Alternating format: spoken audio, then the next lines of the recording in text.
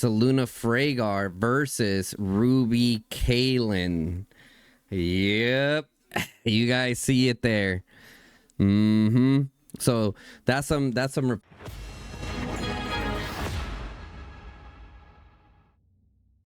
What is going on, guys? Your boy Guns here, and I'm finally bringing you guys my Seluna guide. I've been doing a lot of testing myself, or trying to at least, because everyone's running calves and the new Dragon of Abyss.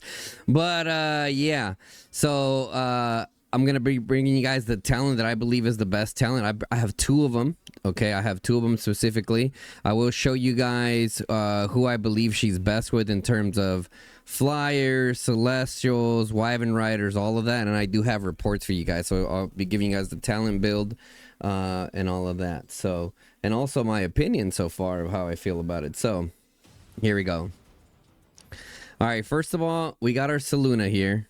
All right, we got Seluna, and we got her to 5111. And some of you guys may be wondering, why haven't I maxed her? Like, I should max her. I technically could max her if I wanted to, but with the G5 mages around the corner, I'm just putting a pause to it. It's really difficult right now, man, because people are absolutely cooking with Seluna, and like, man, it's taking everything out of me to not want to invest in her.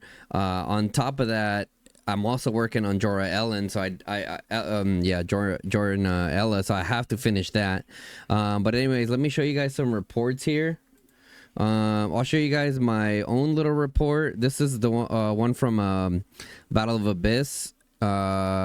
I'll definitely be doing some more for you guys. I've been trying out Seluna Bertrand, Seluna Ballhorn, but it's been very difficult. You know, with all the people calf bombing and flying chickens and all that. So, however, you see the trade is pretty good here. 58.9k damage. I actually ran this one a little different. I put the Shadow Phaedric on this one. And then did Tinsy send me one of his? He's probably in Alliance chat. He's always in Alliance chat. Where's he at? Let's see. Let me check my PMs. Okay, so here's a picture of Tinsy in Dragon Abyss. Check that out. 201k to 121 of his Ming Grimora. So, and his is a 5151. Sorry, 5151. Yeah. So you can see even with Celestials, she's already doing pretty good. And then the other one that I have for you guys is my boy Machine. Let's see, where's my boy Machine at? Where's my boy Machine? He shared a few with me. Alrighty, so how to go find that. So Machine had been trying Seluna Ballhorn for wyvern riders, okay, and the reason why this is relevant is because the build that I'm going to show you guys is relevant for wyvern riders and celestials, and I'll explain why in the talent tree. Yeah, so you can see Seluna Ballhorn here versus Sybil Kanara, ended up losing. Sybil Ballhorn versus Magzay, ended up winning. Okay. Sybil Freygar versus Sindrion Freygar, absolutely smoked it. Yeah, Seluna Freygar versus Magzay there. What the hell was that? What the hell is that? Yeah, and they're testing versus Amp too. So this is so, and then another Seluna Freygar versus Ruby Kalen. Yep. You guys see it there. So that's some reports there for you guys. So when it comes to the Celestials, guys, who I recommend Seluna with, I would say Bertrand and Ballhorn are definitely up there. I still can't say for sure which one is best, because like I said, we still have to get some more you know, tests going on in the actual field, not Battle of the Abyss, like not any of that. So actually get it going in the field. So she will get good with like Bertrand, Ballhorn. Okay, and then even Atheist, I saw even Atheist is doing pretty good. I'll show you guys some report in the Alliance chat. I just saw it earlier, so not too long ago. Let's see right here.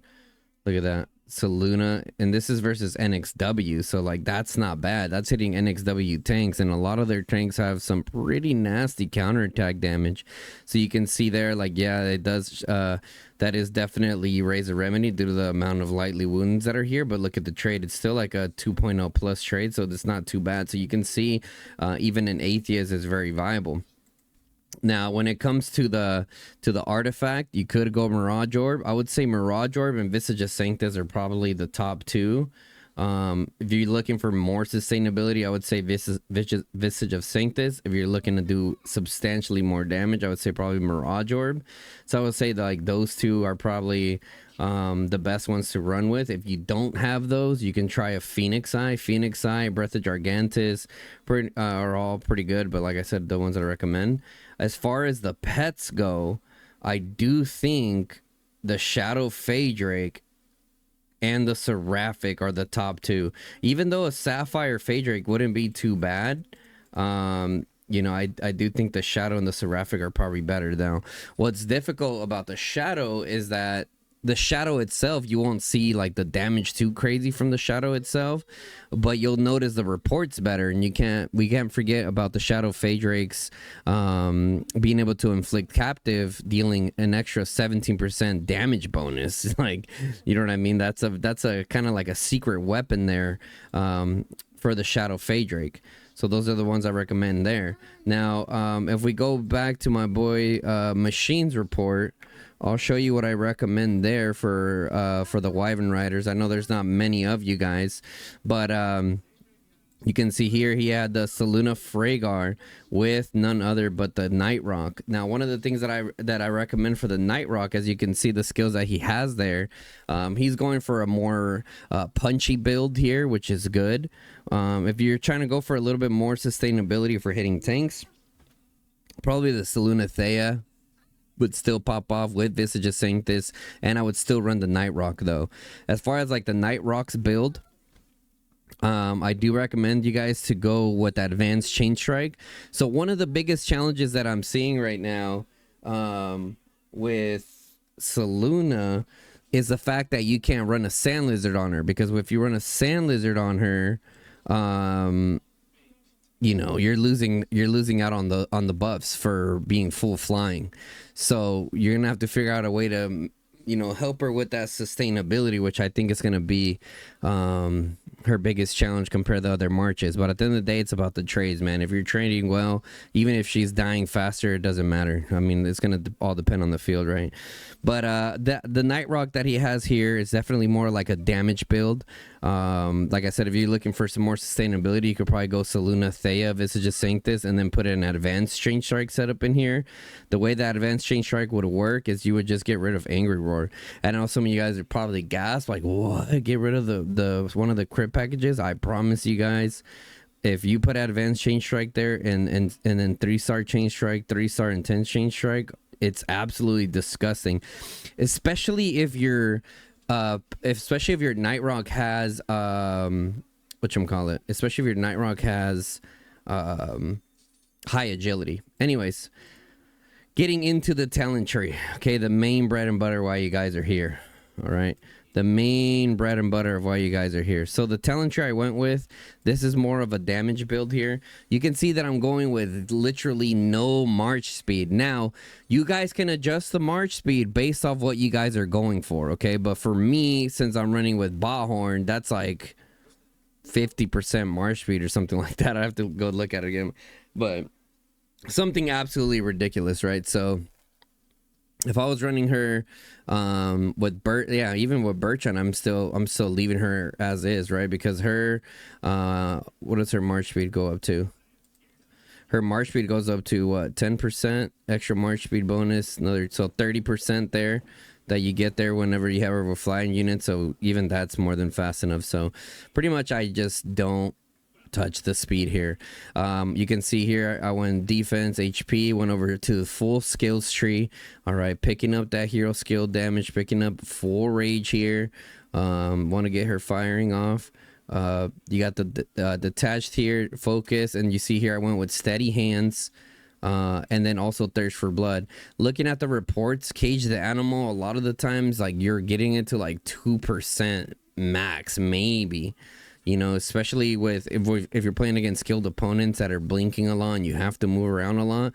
That's why I feel like thirst for blood has definitely grown on me over the cage the animal.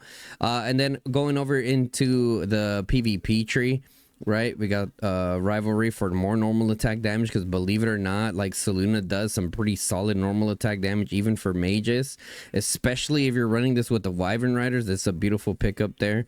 Some more hero skill damage there, 1 point on the rage, and then Army of Valor for that extra 3% damage. Now if you feel like you're dying to counterattack damage, here's the second build that I would recommend. You can see here, everything is the same thing on the right, but instead of going up into the PvP tree, we went into the overall tree, into the overall defense, hero skill damage, and Guardian Angel. This is going to be the bread and butter here for helping mitigate that counterattack damage, which I honestly might do better than the first build, but like I said, it just depends on if you're just trying to do more damage or you're trying to do a little bit more sustainability. I would say that's the biggest difference between both of those. And you can run both of these builds with the Wyvern Riders. Now, I know, kind of touching back a little bit to the Wyvern Riders side of things, it looked like Seluna Freygar definitely outdid the Seluna Ballhorn, right? And besides those, you can also do, like I mentioned, Seluna Thea if you're looking for more survivability out in the field. I would still say Night Rock would be the go-to there. As far as the purples go, you can even potentially even try a Craig. That'd be interesting to see how that does in the field with all the AoE damage and all the boosts there. But yeah, guys, I mean, that's pretty much it. I gave you guys the talent, my recommendations. As far as like her in the field, and why I continue to be patient is because like I still want to see what the new mages are. The new mages are right around the corner. And even though she's going off and doing great things, I still want to see how the new mages are, because ultimately I'm still going to end up investing into the G5 mages and Seluna, but I just want to make sure that I do it in the most efficient way possible. All right, because it is very possible that I go for one of the new mages in Seluna, right, and leave the other ones the same. It just really depends on how the new mages go. But anyways, guys, if you guys have any other questions, we do have Pass 2 opening up here on the 17th around 1200 UTC, so stick around to that. I'll probably try to get Seluna to like 5151. So yeah, as far as like Seluna goes and like her minimum investment, that's what I would say is the best thing for her, a 5151. Because look here, not having the third skill to 5, I'm missing out on like 20 something percent damage, right? So 15% damage here and another like 8 damage here, so like 23% damage roughly that I'm missing out on. That is so much stuff. Like, oh, I can't even begin to explain to you guys how massive that is. So one of the ways that you guys can do it, or that I recommend in order to try to get the luckiest possible, when you go to skills here and you hit retrain, right? You hit retrain, you want to make it to where you open all 3 up. Once you land all 5 into that third slot, you stop and then lock the first skill. Okay, that's how you have to do it. And and good luck with that. Some people, however, a lot of people got pretty lucky, I would say, with that, so it wasn't too bad. So I think for me, that's probably what I will try to get her before I move on to anything else. Like I said, you retrain, right? That way all the skills are nothing. This is once you have the 5-5. Okay, make sure I say that to you guys.